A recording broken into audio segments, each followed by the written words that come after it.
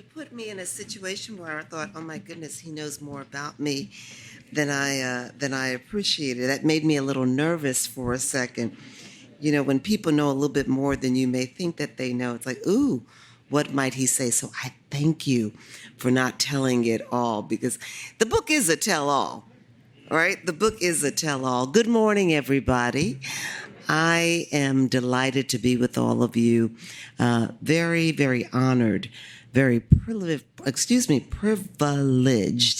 to be with you this morning. I want to thank you, Commissioner Pardis Abadesa, who I've known for many, many years, for welcoming me into this space. I want to thank you, and I want to thank your team for inviting me to share some of my thoughts and my reflections on this topic, on the issue of structural racism at large. But more importantly, I want to thank you all for keeping the flame burning bright on the issue of racism.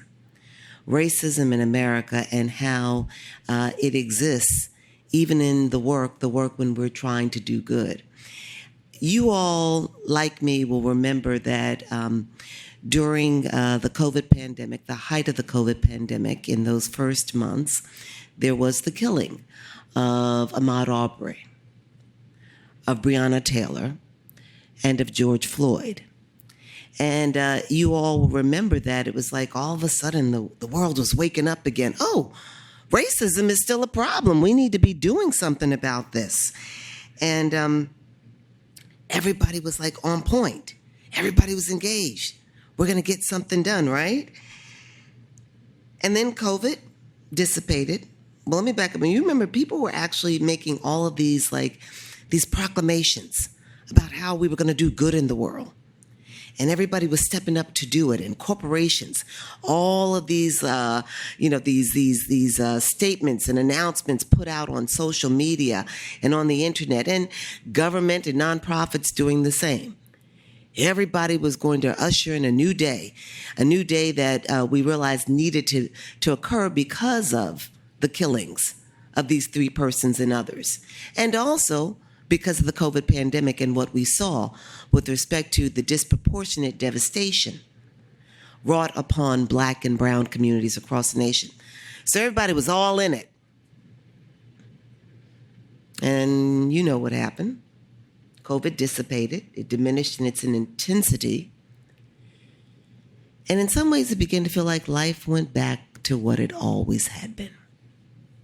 Right? And what we began to appreciate was something that I had seen in many years working in government. My father, a civil rights leader, watching him. When it comes to issues of racism, you will have these crises moments where it seems like the door swings wide open and everybody wants to play.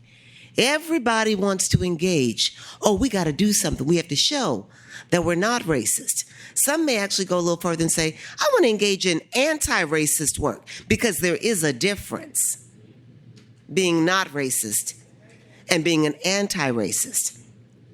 So everybody will get all behind it. And then the crisis subsides, or another crisis comes, and we forget about issues of racism. We move on.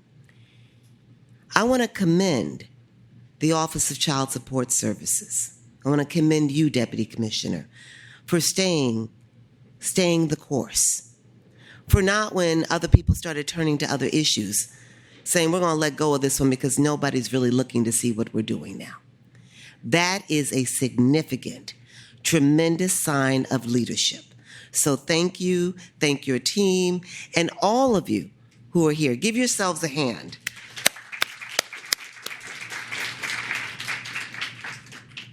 It was important for me to share that because conversations like the one that we're having here today, they're not always comfortable.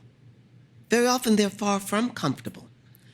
You know, not everybody in the room actually wants to be in the room, right? Some may feel like they are forced to be here. Some may feel like if I'm not here, they're going to know that I'm not here. Some are showing up with, we got to go through this again. Others are showing up exhausted because they live it every day. And some are actually, at times, traumatized by these conversations. But you're here. And you are to be respected, appreciated, and dare I say, even celebrated for being here. So let me jump right in. Let me begin by just issuing a disclaimer and a disclosure. I'm a lawyer by training. So, we're all about the disclosures and the disclaimers. I am not a child support expert.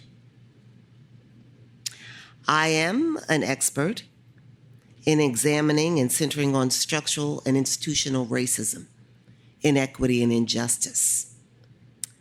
I'm an expert in government now, after nearly 3 decades of working in and with government at the local, state, and federal levels.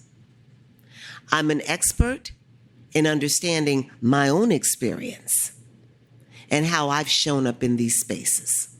So it is from that vantage point that I'm going to talk with you this morning. Good deal? I'm not going to tell you what to do. Exactly. So as I thought about what I would talk about this morning, for some reason, I was reminded, instantly reminded as I thought about coming here. And maybe it was like a sense of humility, appreciating that you all know a lot more content-wise than I do. I was reminded of the words spoken to my husband and me by a marital therapist 22 years ago. We were struggling. We went and we sat down on the couch with the therapist. And there were 2 bits of information that she gave to us that caused me to lean in. 2 bits of information that I'm going to give to you that hopefully will cause you to lean in over the course of the day. The first bit of information was given to us in the form of a question. She asked us about our imprinting. She asked us about our imprinting. She asked us about our parents. She asked us about our childhood experiences. She asked us about those moments in our life that had shaped and informed our thinking, our beliefs, our values, how we move through the world. And she said to us, your imprinting is with you and will always be with you. She also said that it was kind of like a declaration. She said, there are 3 types of people in this world. The first type are those persons who, despite a problem staring them down, say there's no problem. They refuse to acknowledge that there's a problem. The second type are those that acknowledge the problem, but then they go on to say, it is what it is, what it is. It's just going to be that way. And then the third type are those persons who acknowledge a problem and then determine they're going to do something about it. Why am I bringing that up? Because what I want you to appreciate is that we're all in this room. We're all living in this time and this moment with our minds, our values, our beliefs, our attitudes, having been shaped and formed by our families, by our friends, by our childhood experiences, moments, traumatic moments. When you show up in work, you're bringing that in, your imprinting. Some of your imprinting has been informed by your colleagues, by your experiences on the job. You're bringing that into the workplace. And the second bit of information, you have to ask yourselves, especially in this moment, as you listen today to people talking about the impact of structural and institutional racism, what it is, and how it has impacted our society, impacted our communities, impacted our work. Who are you going to be in this moment? Are you going to be the person that when you hear this, you're like, yeah, not really. That's not what this is all about. That's an excuse. That's what they say. Or are you going to be the person who says, yeah, okay, racism happened. It's happening. It is what it is, what it is. Or are you going to be that person that acknowledges the reality of racism, past, present, and enduring, and makes a determination to do something about it? Think about that for a second. And while you do, I'll tell you that you have a good sense of who I am by simply the fact that my husband and I, in 4 weeks, will be celebrating 30 years of marriage. So we're that type that we see it, let's do something about it. Looking back again to 2020, again in the midst of the unprecedented public outcry following the killing of George Floyd, I penned an opinion piece that was published in the Daily News. In my piece, titled "Marching is Easy, Change is Hard, Whites Need to Actively Confront the Power Structures that Protect Their Privilege," I wrote, "I observed the diversity of the demonstrators. Often there were more white persons than persons of color. Like many, I was encouraged to see so many non-blacks chanting and carrying signs reading, 'Black Lives Matter.' And yet I couldn't help but think, Black Lives Matter, but how much? For most white people, joining the call to end systemic racism and policing costs relatively little. It takes nothing from their daily lives and doesn't threaten their access to the resources that for generations have helped ensure their present and their future privilege. But what if those same persons were called upon to help undo systemic racism in all facets of American life, resulting in the loss of their privilege? Would they be as quick to protest? Our nation will never root out racism in education, healthcare, banking and finance, private sector business, government and nonprofits until those who've long benefited inequitably join in the call for an end to systemic racism, practices, policies, laws that perpetuate it. As the daughter of a civil rights leader, I remember once asking my father, "What are you most proud of when you reflect upon the civil rights movement, all the good that resulted?" And I thought he was going to talk about all that they did to achieve the Voting Rights Act, the Civil Rights Act, the Fair Housing Act. And what he responded with, "We thought that legislation was enough. We believed that if we just got the legislation, things would change. We forgot that if we got that, the door would likely close. We forgot that there would be those who then would keep working to undo whatever achievements we had made and realized." What I began to appreciate is that that's how racism works. I tell people sometimes, anybody ever have a flood in your house, in your home, and that water just starts, or look, the water in the sink, right? It starts to spill over, and it starts moving, and it finds any crevice, any crack. That's how racism works. Wherever it can find a space, it will. Dad was saying we forgot about that. And so when I penned that piece, I wanted to make sure we didn't forget. As a government official, for an aggregate, I guess maybe 15 years or so, I saw time and time again that despite best efforts, despite best intentions, that racism was going to pop up, that because of imprinting, sometimes racism and bias couldn't help but show up in the room. And so when I penned that piece, what I was intent on doing was making everybody appreciate wherever I could, in that piece, in conferences that I actually curated, speaking engagements on my radio show. I even put out a book during the time. I was intent on making sure that everybody understood. Don't just look over there at policing as though that's the only place where we're experiencing racism.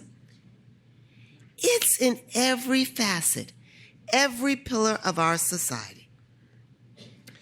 I'm going to tell you that as a child welfare official, what would often happen when I was working in a system that at the time, I'm going back to the late 90s and the early 2000s, it would seem that whenever we were trying to have a conversation about child well-being, it would be shut down. No, all we're concerned about is physical safety. It didn't seem to matter how children's minds, their emotions, were being shredded. It was hard enough what they may have had to go through with their families. But now they were in a system that didn't at times seem to care if they were moving 1, 3, 5, 20, 28 times from family to family. System that wouldn't deal, system that felt good, that, oh, maybe they created the Children of Incarcerated Parents program and were helping children to see their parents when they were incarcerated, but weren't dealing with the trauma the next day when the child had to go back to school and see other parents not incarcerated. Child well-being seemed to matter very little. I was a part of the child welfare system in the years of when in doubt, snatch them out. A child welfare system, overwhelmingly Black and brown children and families.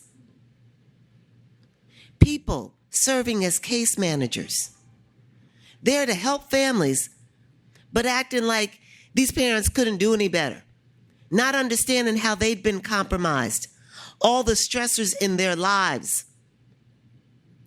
Racism pervades child welfare. I served as the chair of the Board of Corrections several years ago. I'll never forget moving throughout the jails, the conditions that I saw. I'm going to tell you, serving on the Board of Correction for better than 6 years, I can count on 2 hands the number of white persons I saw in Rikers. Not because white people don't commit crimes, but because our racist criminal justice system over-polices, over-surveils, over-arrests, over-incarcerates Black and brown people. And then you go inside and the conditions, the rationing out of toilet tissue to adult men and women like they are 2-year-olds. Putting, before we officially ended solitary confinement, and I got an issue right now because we got to get that through, but we're going to save that for another conversation. But before we officially ended solitary confinement, promulgated rules to do so, seeing how Black and brown young persons were being sent to the box because their attitudes weren't right.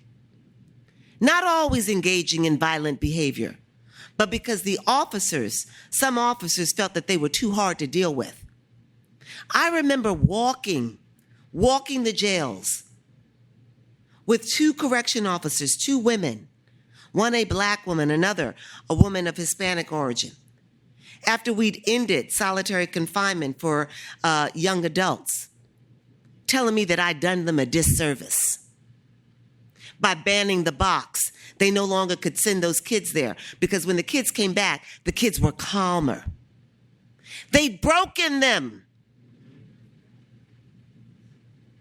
The reports I read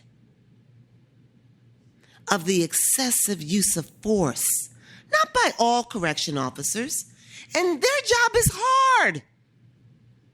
I'm not beating them up, but they're part of a system.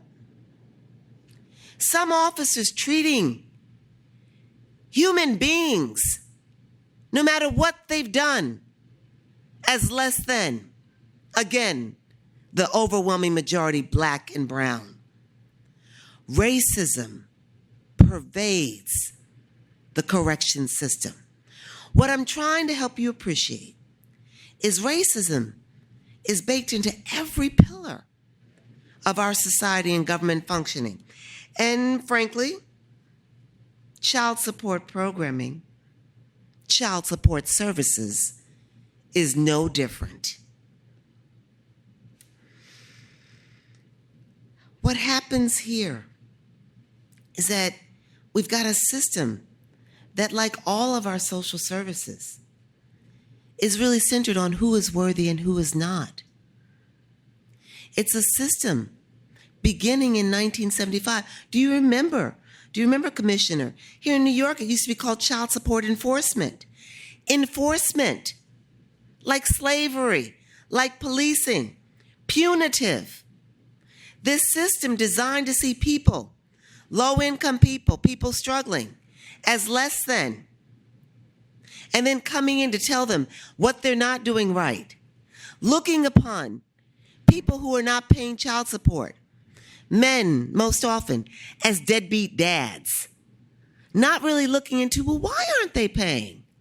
Very often, black and brown men who, because of structural economic deprivation, are paid the lowest, and yet often child support orders being excessive in comparison to what they can pay and keep a roof over their heads. Black moms, stereotypical welfare moms, even though we know that in America, more white persons are on public assistance. But the black woman is the welfare mom. And what's she trying to do? Fraud the system. Oh, and maybe they're working together. So he's not going to pay so she can get as much as she wants from the system. That's how child support in America came up in 1975 with that mindset.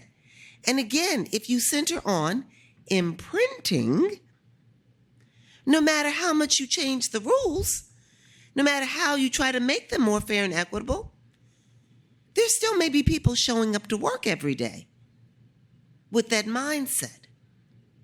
The last thing I'll say before I talk to you a little bit about structural racism and how all this came to be, it's not just in government. It's in nonprofits too. Nonprofit human service providers too. I've been in the nonprofit space for a little better than 10 years now, and I'm going to tell you, there was that day when I looked up in a room with more than 200 nonprofit providers, and I thought to myself, are we here to simply alleviate the burdens of the effects of poverty? Or dare we dream? Are we moving to try to eradicate poverty? I'll never forget the day that I sat with the most prominent nonprofit agency human services leaders. In 2014, I determined that we needed to do something about the inequities being paid nonprofit human service workers. My organization had done a study finding that 40% of human services workers in contract agencies were making less than $12 an hour, 25% less than $9 an hour. The great majority of them, women of color, many of them master's educated, eligible for and receiving the same income supports they were signing clients up for. So I go to my colleagues, human service agency leaders, many of them the most prominent agencies, 100 plus years old, and I said to them, we need to move the de Blasio administration to create a prevailing living wage floor. Would you believe that every one of them who spoke up said, no, let's not do that. Jennifer, go get us the money, but let it be unrestricted so we can apply to some other things. That's when I decided some people may be in the car with you, but they're not riding to the same destination. So I went it alone. And we got that prevailing living wage floor. And then they were like, can you go back and get some more? Racism pervades every pillar of our society.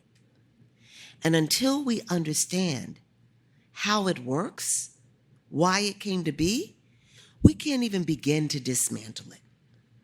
So what often happens is we begin developing approaches and responses, and they're Band-Aid-like in nature. It was shared that I wrote a book. It was a book about my journey with cancer. What happened to me was I had a cancer for which there was a cure. Chemotherapy would treat the cancer, but a transplant would cure it. The doctors went to the root cause of my cancer and came to understand I had a broken blood and bone marrow system. If they treated it, the cancer would likely return because the system was defunct. I needed a new system. They had to go to the root. They had to provide a cure. They had to change my situation from the rooting. Friends, colleagues, in order to do this work in child support programs, child support services, you've got to understand the rooting of racism, how structural it is, and how that informs our institutions, our laws, our policies, and our practices. What you've got to understand is that what happened here in this nation is that we were taught that with the ending of slavery all across America in 1865, that the nation was course correcting. But what we weren't taught was that ending slavery wouldn't end racism because it had been structurally embedded in our society. From America's beginning with the taking of land from Native Americans, that was racism in play. Centuries later, with the declaration in the United States Constitution that enslaved persons were not whole human beings, but rather 3/5 of a person, simply for census counting to ensure congressional representation in the South. Those were evidence of the beginnings of structural racism. Structural racism broadly refers to the laws and the systems that make legal and enable institutional racism in the form of laws, policies, practices, regulations, customs, ways of doing business, which in turn produce or cause to occur inequity, disparity, and discrimination for Black, Indigenous, and other persons of color. And even before we look at that and think about, well, what are some examples? We have to understand the why of this. My father was a colleague and comrade of Martin Luther King Jr., and they both wrote extensively and talked extensively about the rooting of racism and the why. And what they sought to help us appreciate back in those days, many of us didn't get the memo, we didn't get the lesson, is that racism is not an end in itself. We were led to believe that people are just going to be racist because. What they wanted us to appreciate is that racism, along with sexism and misogyny, have proven to be the most effective tools for upholding unjust capitalism. Racism justifies structural economic deprivation and structural divisiveness when it comes to power. Racism justifies inequity. Racism says it's okay for some to have and others not to. And then the system plays into that. So here's what happened. I'll give you a few examples. The GI Bill. The GI Bill is probably one of the most demonstrative examples of racism at play in America, when it was first created and still today. The GI Bill provided payments of tuition for college and other schools and low-cost, low-interest mortgages to U.S. military veterans following World War II. But only some were able to take advantage of it because it buttressed racial discrimination. Colleges that legally discriminated against persons of color by denying them admission still received the government tuition payments. And legal discrimination in housing and home purchasing ensured that Black persons couldn't purchase homes in many communities. Additionally, due to redlining, many of the homes Blacks could purchase were deemed poor financial risks, and banks were less likely to approve their loan applications or would charge higher interest rates. The long-term discriminatory and disparate impact of the GI Bill was foreseeable. It was intentional. Legislators knew, and if they didn't, they should have known, that it was racist in design, implementation, and impact. Because whereas white veterans were able to buy homes, often in affluent or up-and-coming neighborhoods, with little to no money, and to go to college and school without any barriers at little to no cost, and in so doing, unlock the greatest contributors to income and wealth generation in America, higher education and home ownership. Blacks couldn't take equal advantage of those benefits. Blacks were legally barred from attending many colleges and universities and other schools, and thereby denied a free education that could have increased their earnings. Redlining stifled Black families' wealth growth by diminishing the value of the homes that they could purchase. White veterans grew income and equity and in turn poured their returns into their families, setting their children up for their futures. They used the equity in their homes to fund their children's education, and they passed the wealth acquired in their houses onto their children. Blacks weren't able to do so at the same rate, and this is why, in great part, nearly 80 years later, since the GI Bill first took effect, Blacks are still struggling with disproportionately higher student loan debt and lower home ownership. Again, respectively, these are the greatest detractors and the greatest contributors to wealth. It was foreseeable in design, implementation, and impact. That is structural, willful, intentional racism. Another example, and we're aware of this because of the work we do, the laws that created harsher sentences for Black drug offenders. One of the most incredulous examples, up until 2010 when President Obama, did something about it. Punishment for offenses of 1 ounce of crack cocaine were the same as 100 ounces of cocaine, powder cocaine. Think about that. Who was more likely to have an ounce of crack cocaine? And who was more likely to have 100 ounces of powder cocaine? So under these sentencing laws, what happened was that we saw thousands, hundreds of thousands of Black persons sent to prison for as many as 25 years, often nonviolent offenses. They were serving more time for nonviolent offenses than white persons for violent offenses. And then when they were released many years later, who was disproportionately denied job opportunities, housing, disenfranchised? And which families, and you all know this, which families then in turn had to depend on one adult for income, to rely on the Black woman's income, which on average doesn't even begin to equal a white man's income, even if she's college and graduate educated. This is structural and institutional racism by design, implementation, and impact. One of the examples that is rarely talked about, and I'm all over it right now, all over it, in New York City and at the federal level, is the federal poverty measure. The federal poverty measure that says a family of four living anywhere in America needs just $30,000 to not be poor. Family of three, one adult, two children, just $25,000 to not be poor.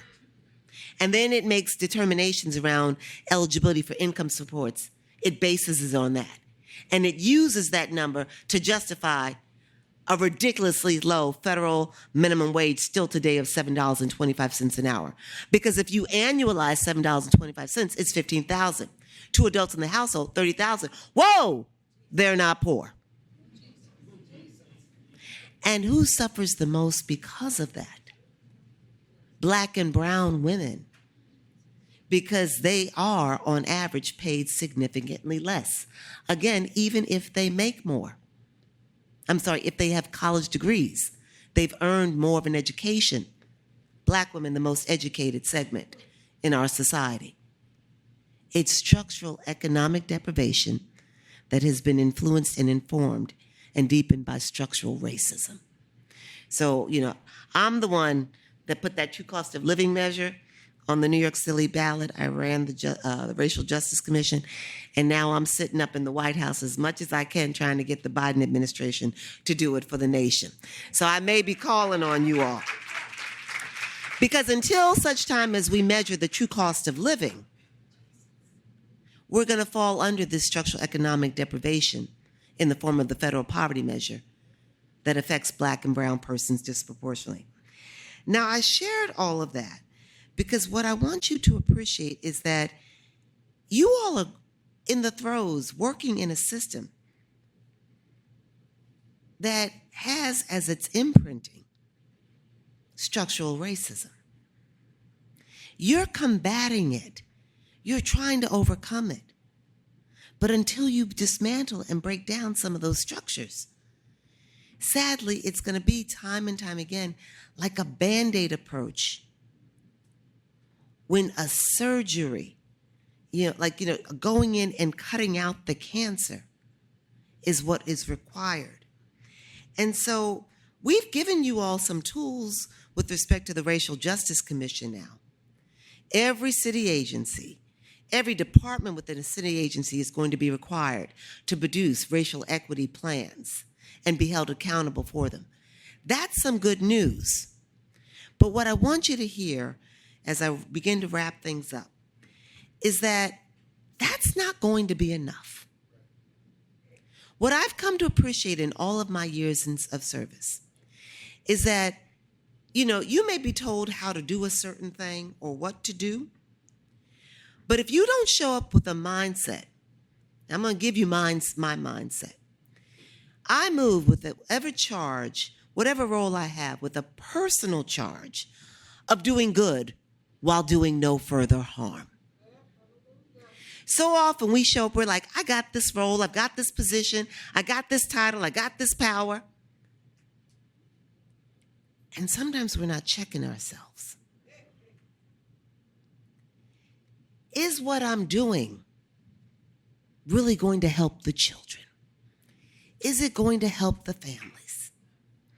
Am I just dealing with the surface issues and not delving deeper into the root causes of those problems? When I'm dealing with non-custodial parents and with custodial parents, am I seeing just what's in front of me? Or am I seeking to delve deeper to understand the whys and how I can help them, help us get to a better place? Am I doing good while doing no further harm? Doing good while doing no further harm requires you to, again, go deeper. Not just stay at the surface, go deeper Go deeper with the laws, the policies, the practices. To not say it can't be done because it's outside of our control. I appreciate the commissioner showing us, how you all are but one bucket. And there are 5, 6, 7 others in which you have to play, not always having the power. But here's the deal. This is how I roll through the world these days. I fear no man, no person. If I do the work that I've been called and purposed to do, then I'm going to have whatever power I need to get it done. So if the laws at the state and the federal level are not what they should be, don't just keep doing what you're doing because you think you have no choice, but, sign up, commission an army to go with you to change those laws.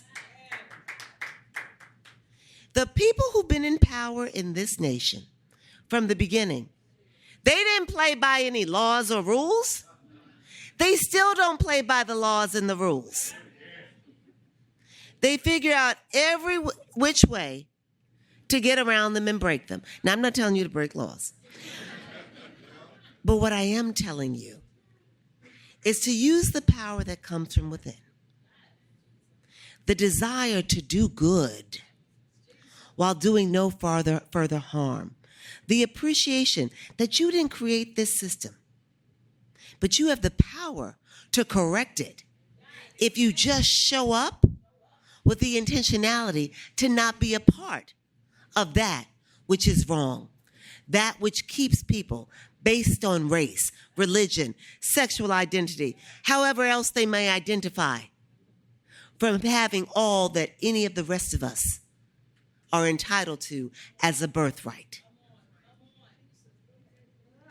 As you move forward in this work, and I thank you again, Commissioner, and all of you for being here. As you move forward in this work, be ever mindful that your imprinting is your imprinting. You have to own that. But you also have the power, if it's a problem, to do something about it. And as you do something about it, center on doing good while doing no further harm. Thank you.